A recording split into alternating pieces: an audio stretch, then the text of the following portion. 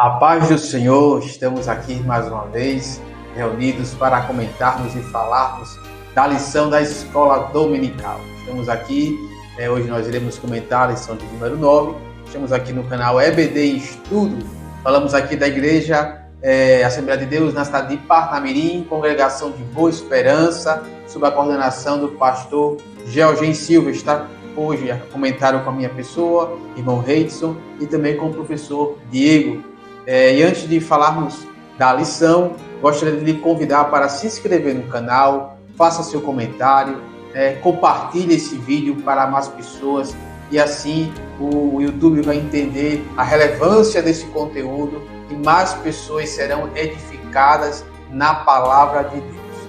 Então, dando continuidade à nossa lição deste trimestre, a lição de número 9, que tem como tema o caminho, a verdade e a vida.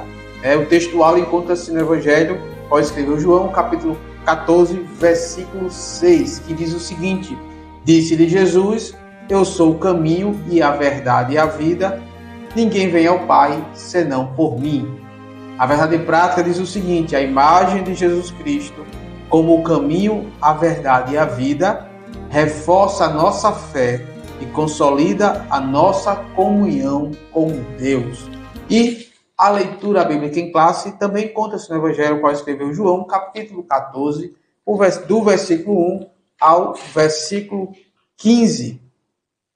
E essa lição vai falar a respeito, de Jesus como o caminho, a verdade e a vida. E vemos então que esta é uma promessa que nos traz um consolo em meio a tantas dificuldades, a tantas angústias nesse mundo. Temos um consolo, qual nós vamos ver aí durante a lição, que foi uma resposta que Jesus deu a Tomé, quando ele vem perguntar sobre o caminho, por onde Jesus iria.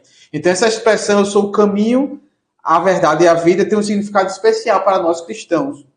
Descreve de forma abrangente a obra que Jesus realizou ali na cruz.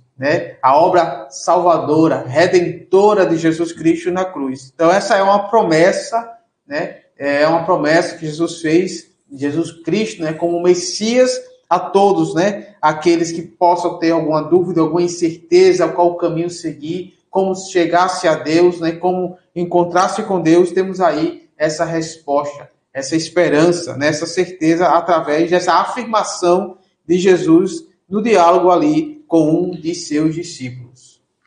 Exatamente. E no primeiro tópico da nossa lição, nós vamos ver consolo e promessa do Senhor Jesus. O primeiro ponto, o caminho, a verdade e a vida. Aqui o comentarista da lição começa dizendo o seguinte: desde o evento do capítulo 13, quando Jesus se juntou aos discípulos e lavou os seus pés, proporcionando uma importante lição sobre liderança e humildade, o seu discurso não se limitou a esse capítulo. O Senhor fez um discurso de despedida no capítulo 14, que se inicia em João 13, 31. É sempre bom lembrar que estamos estudando nesse trimestre a revista que fala sobre o Verbo que se fez carne. Aqui nós vemos o ministério de Jesus se aproximando nos seus últimos dias e nessas instruções aos seus discípulos que hoje nós vamos estudar. Nós vemos aqui no primeiro ponto esse versículo que é muito conhecido e é tido por alguns como o versículo de ouro, da mensagem do Evangelho. Eu sou o caminho, a verdade e a vida. Aqui estão contidas 3 promessas, 3 informações muito profundas e importantes. No contexto aqui, Tomé pergunta ao Senhor, não sabemos o caminho, E aí Jesus dá essa resposta. Então, nesse primeiro ponto, nós vemos que existe muito aí para nós aprendermos, que Jesus responde a Tomé. A nossa fé é baseada no Cristo, que é o caminho, a verdade e a vida. E essa revelação continua expressando a realidade de que ninguém vai ao Pai a não ser por Ele. Então, quem está em Cristo Jesus pode descansar tranquilo e uma das razões para isso é essa revelação também, irmão. Exatamente, essa revelação qual ele ali vai dar como uma resposta a Tomé, que pergunta, né, qual é o caminho, né, tomar para chegar a Jesus. Então, o segundo ponto desse primeiro tópico vai falar consolo no cenário de angústia. Então, vemos aí, né, como foi dito aqui pelo professor Diego, que essa lição ela vem iniciar de fato nos finais ali do capítulo 13, né, quando Jesus ali lava os pés dos seus discípulos, ali naquela ocasião da Páscoa, já nos momentos finais do seu ministério aqui na Terra, né? E ali quando também é anunciado que um deles iria ser o traidor, né? Então observe que Jesus aqui ele está num momento de angústia, ele está também angustiado, porque ele tem a ciência, né, a consciência de que a sua hora também aqui está chegando, né? A hora em que ele vai ser morto, em que ele vai ser crucificado, né? Morto e sepultado. Vemos aí no capítulo 13, no versículo 21, né, quando Jesus ali vai dizer, após lavar os pés dos discípulos, e vai anunciar quem seria o traidor, o versículo vai dizer que Jesus, tendo dito isto, turbou-se em espírito. Né? Então vemos aí qual o sentimento que Jesus está tendo ali naqueles últimos momentos, né? Sabendo que o fim estava chegando, a missão dele estava para ser concretizada, né, em sua plenitude, então ele estava, de certa forma, angustiado. Vemos que também tem no Getsemane, aquela situação de angústia, né? Então, é todo esse sentimento o qual Jesus está. Mas algo interessante é que, embora ele seja angustiado nesse momento final do seu ministério, vemos em João 14:1 que ele vai confortar, né, os seus discípulos. Então, ele mesmo angustiado, ele tem essa capacidade ali, naquela ocasião, de confortar. E o versículo 1 do capítulo 14 diz o seguinte: não se turbe o vosso coração. Olha que mensagem gloriosa de Jesus, né? Ele vem trazer uma mensagem de esperança, de conforto, né, para ali os seus discípulos, que eles não fiquem tristes, não fiquem perturbados, não fiquem angustiados, né? Aí ele depois vai falar sobre a habitação, sobre a morada de Deus no céu, enfim. Mas o que eu quero destacar nesse momento é que ele tem esse intuito, inicialmente, ali no primeiro versículo, de confortar, trazer essa mensagem de conforto em meio a um cenário de angústia, né? Então diz aqui o comentarista: apesar da intensa pressão emocional e espiritual que enfrentava, ele revela que o sofrimento pelo qual iria passar traria um bem para todos. Assim sendo, aquilo que parecia uma derrota era, na verdade, uma vitória, e um fim trágico transformava-se num glorioso começo, né? Então, nesse cenário de angústia, de uma possível derrota, de uma possível tristeza, né? Na verdade, tudo aquilo trouxe-nos uma vitória para todos, né? Ele trouxe um grande começo, né, para cada um de nós. Exatamente. E no terceiro ponto, nós vamos ver uma promessa gloriosa. O capítulo 14 se inicia, né, com a promessa das moradas celestiais. O comentarista da lição nos lembra que a expressão casa de meu pai refere-se ao céu, um lugar com muitas habitações para os fiéis em Cristo. É muito interessante observar que realmente Jesus poderia ter trazido esse discurso, essa revelação, em outros momentos do seu ministério. Mas é nos momentos finais que ele faz as revelações mais profundas. O aconselhamento acerca de como deveriam se comportar os seus discípulos e muitos outros ensinos nós vemos próximo do finzinho do ministério de Jesus. Aqui nós vemos um cenário, já que sabemos que foi logo depois do momento em que Jesus lavou os pés dos seus discípulos, nós estamos a poucas horas do fim do ministério de Jesus.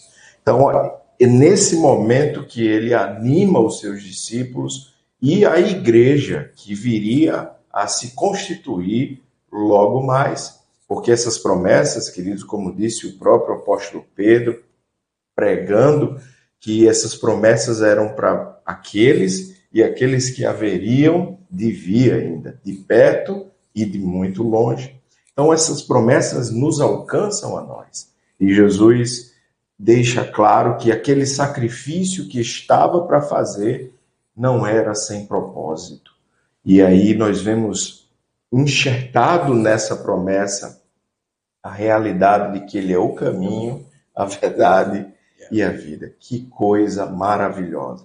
E tudo isso, queridos, é depois selado com a sua ressurreição. Como não ouvir e crer em quem morre e ressuscita ao terceiro dia, a quem derrota a morte. Então, a nossa fé é baseada nessa verdade, que é eterna. É também guiada por esse caminho que leva ao céu.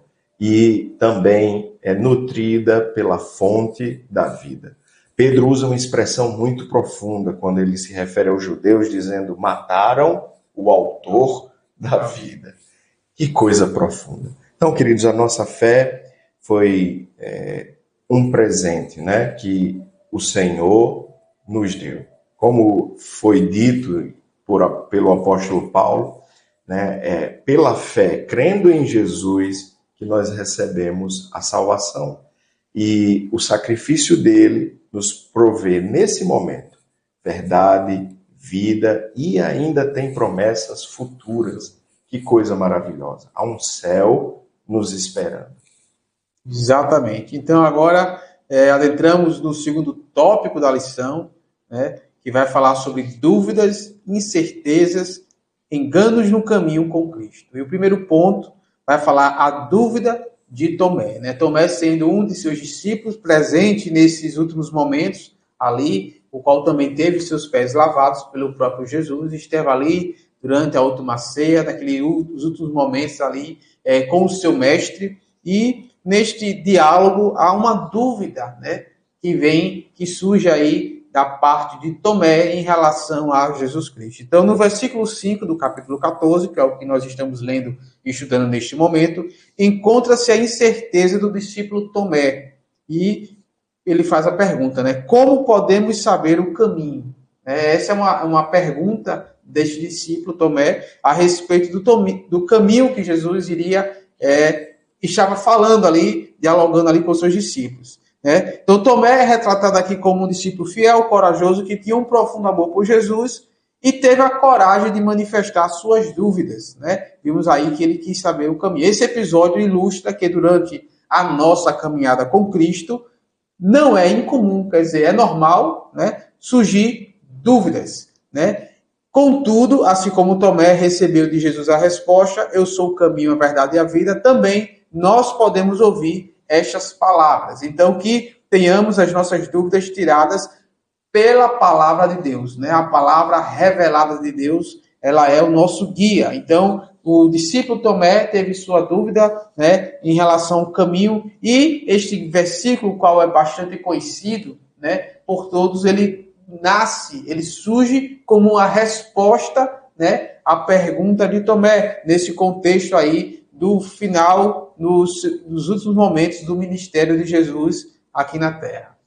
Exatamente. E aí no terceiro ponto nós chegamos, no segundo ponto, desse segundo tópico, as incertezas de Pedro e Filipe. Se o diálogo de que falamos até agora foi provocado por Tomé, há também nesse contexto dois outros questionadores, Tiveram a coragem de expor as suas dúvidas, Pedro e Felipe. Pedro, no versículo 36 do capítulo 13, faz a pergunta, Disse-lhe Simão Pedro: Senhor, para onde vais? Jesus lhe respondeu: Para onde eu vou não podes agora seguir-me, mas depois me seguirás. E é interessante que, de fato, essa é a realidade de todo cristão. Nós não podemos ir agora às moradas celestiais, mas tal qual Pedro, depois nós iremos. Há um tempo determinado por Deus para isso, é o que Jesus está respondendo.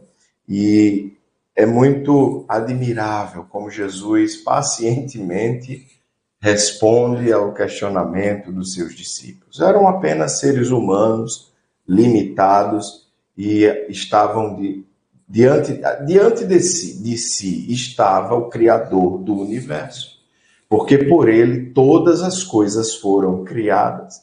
E mesmo assim ele trata as questões levantadas com muito amor e atenção. Por outro lado, Filipe faz uma pergunta mais audaciosa, ou a gente pode dizer que fez um pedido, né? Mostra-nos o Pai, e isso nos basta. A resposta de Jesus para ele é: Filipe, tenho estado convosco tanto tempo, e você me pergunta, você me pede para mostrar o Pai? Quem vê a mim, vê ao Pai. Ou você não crê que eu estou no Pai e o Pai está em mim? Nesse momento, Jesus fala da comunhão tão profunda que existe entre o Pai e Ele mesmo. E aí Paulo esclarece, queridos, ainda mais profundamente o que Jesus disse aqui. Nós vemos também em Hebreus a realidade de que Jesus é a imagem do Deus invisível, né? E essa comunhão perfeita é expressa por Jesus. É interessante que Jesus conclui dizendo: ainda há muito que tenho para vos falar, mas vocês ainda não podem suportar. Nós então entendemos que toda a profundidade, queridos, da sabedoria e dos mistérios de Deus não está revelado nas Escrituras, apenas uma parte. Mas assim como para Pedro, Filipe, Tomé, gradualmente foram avançando no conhecimento, nós também precisamos ter a diligência de buscar nas Escrituras tudo o que foi revelado. E isso faz de nós crentes mais maduros. Então, agora, após a dúvida de Tomé, após, né, as incertezas de Pedro e de Filipe, temos aí o engano de Judas Iscariotes, né? Todos os seus discípulos que estavam ali presentes, né, nesta última reunião, nesses últimos momentos ali com o seu mestre. Vemos aí, então, Judas Iscariotes. Já ainda no capítulo 13, né, do próprio livro de João, é revelado que o nosso Senhor anunciou que um dos seus discípulos iria traí-lo, né? Isso aí é revelado no capítulo 13 de João. Essa pessoa era Judas Iscariotes, seu discípulo. Ele acompanhou Jesus, mas não conseguiu interiorizar os seus ensinamentos, não depositou fé suficiente no Filho de Deus. Assim sendo, traiu e vendeu, né, como todos sabemos, por 30 moedas de prata. Lamentavelmente, Judas não reconhecia Jesus como Salvador, como genuinamente como Messias, né? Então Judas, embora ali fazendo parte daquele ciclo mais íntimo de Jesus, ele estava entre os 12, viu muitos milagres, viu todo o ensinamento de Jesus, né? Durante ali o período do seu ministério, né? Ele de fato, ele não estava, assim como os outros 11, né, integralmente ali, confiante e vendo e reconhecendo Jesus de fato como o Messias, né? Então, vimos aí então que ele é este traidor. Temos alguns com dúvidas, como Tomé, algumas incertezas como Pedro e Filipe, mas temos aí Judas Iscariotes, né, que é o filho de Simão. Havia outros Judas também como Messias, como discípulo de Jesus, né, mas o Judas Iscariotes, que é o traidor, né, então ele não reconhece de fato esse Jesus como Salvador e Redentor da humanidade pecadora. A sua visão do Messias talvez estivesse limitado àquelas questões sociais e políticas ali, que seria o enviado para libertar os judeus, que era aquele contexto político da época, contexto histórico da época, da opressão romana, né? Talvez esse Judas, assim, tinha essa perspectiva de querer ver que o Messias seria esse libertador, e não, de fato, o redentor, né, da humanidade. Portanto, por meio de Judas, aprendemos a importância de não confundir as nossas prioridades enquanto seguimos a nossa jornada com Cristo. Então, vimos aí no segundo tópico da lição, né, a dúvida de Tomé, vimos as incertezas de Pedro e Filipe, e vimos também o engano de Judas Iscariote, todos estes discípulos de Jesus. Exato, e assim nós chegamos no terceiro e último tópico dessa lição, caminho, verdade e vida, onde nós vamos ver um pouco mais profundamente cada uma dessas expressões que Jesus usou em João 14:6. No primeiro ponto nós vamos ver: eu sou o caminho. E aqui o comentarista vai chamar a atenção para o fato de já termos estudado isso, de que no livro de João, por 7 vezes, Jesus usa a expressão eu sou. O que nos remete ao momento em que Moisés questiona, né, sobre o nome de Deus, e a resposta para ele é: eu sou o que sou. Então, o eu sou te enviou. Então, Jesus se refere a si mesmo por 7 vezes usando a mesma forma de expressão. E aqui ele começa com o caminho, dizendo ser o caminho. E é importante nós observarmos isso. Se eu não me engano, C.S. Lewis foi quem usou uma expressão forte ao dizer ou Jesus era um lunático ou ele era Deus. Não existe meio termo, porque ele afirmou ser Deus, ele afirmou ser o eu sou. Então, só cabe a nós interpretarmos isso de 2 maneiras. Ou um lunático fora de si, ou ele estava falando a verdade. E o que nos garante que ele estava falando a verdade, queridos, é o fato de que ele ressuscita ao 3º dia. É o fato de que os discípulos todos são martirizados defendendo a verdade que havia em Cristo Jesus. Mas isso é importante porque eu chamo a atenção para esse fato. Porque ele diz que é o caminho e a verdade e a vida. Mas esse versículo termina dizendo que ninguém vem ao Pai a não ser por Ele.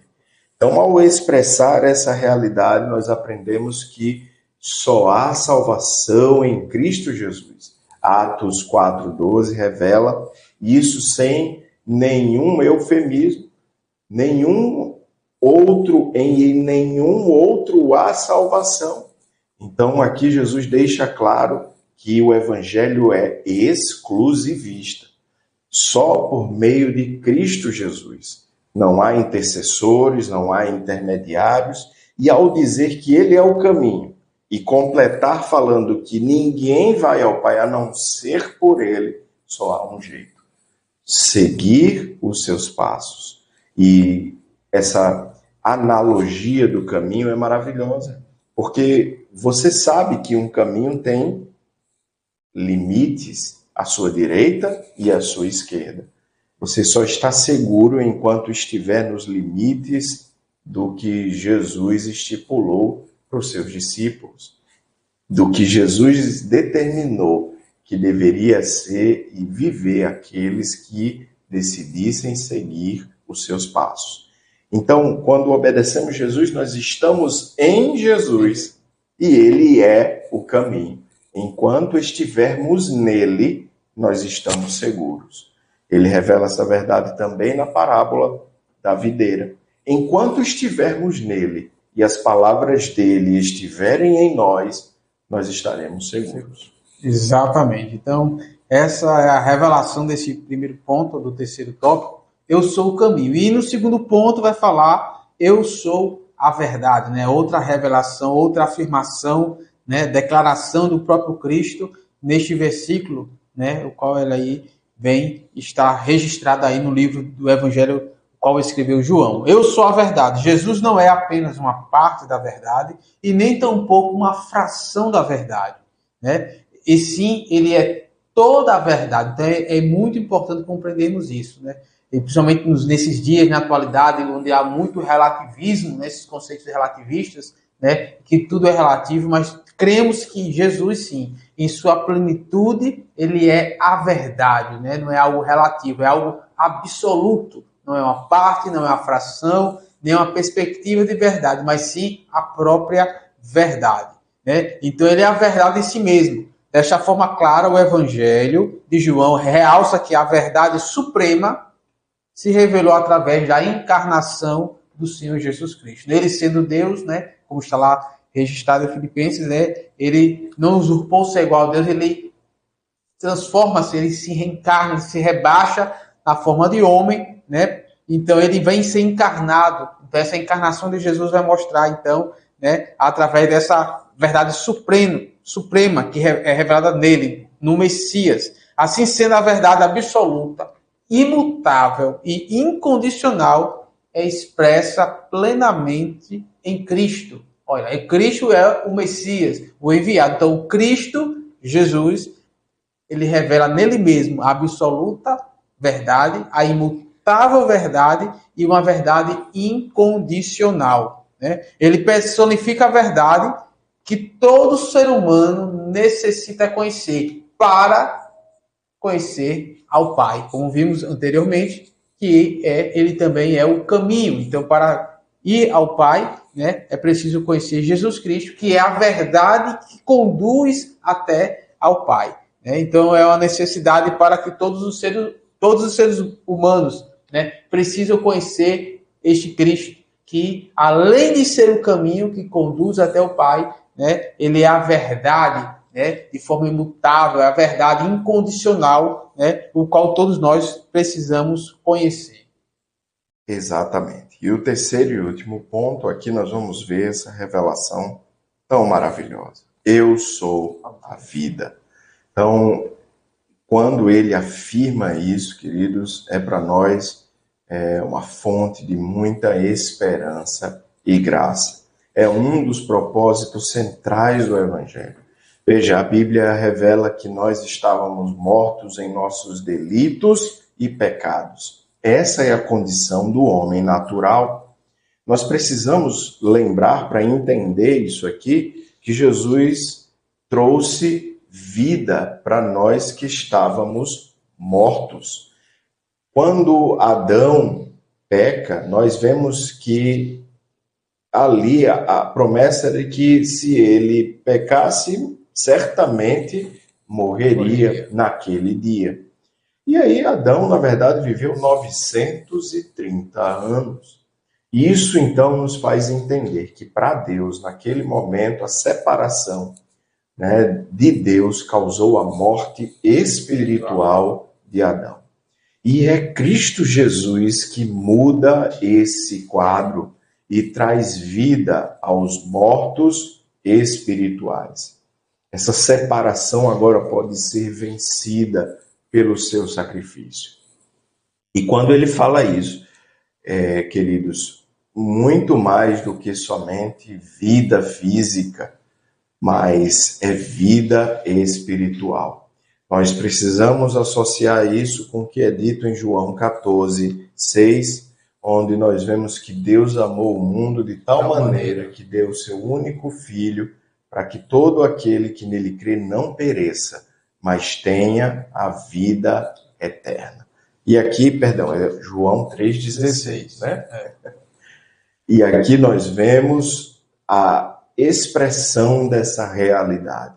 Estávamos em trevas, nós somos trazidos para a luz. Estávamos condenados e fomos justificados. Estávamos espiritualmente mortos e fomos trazidos de volta à vida.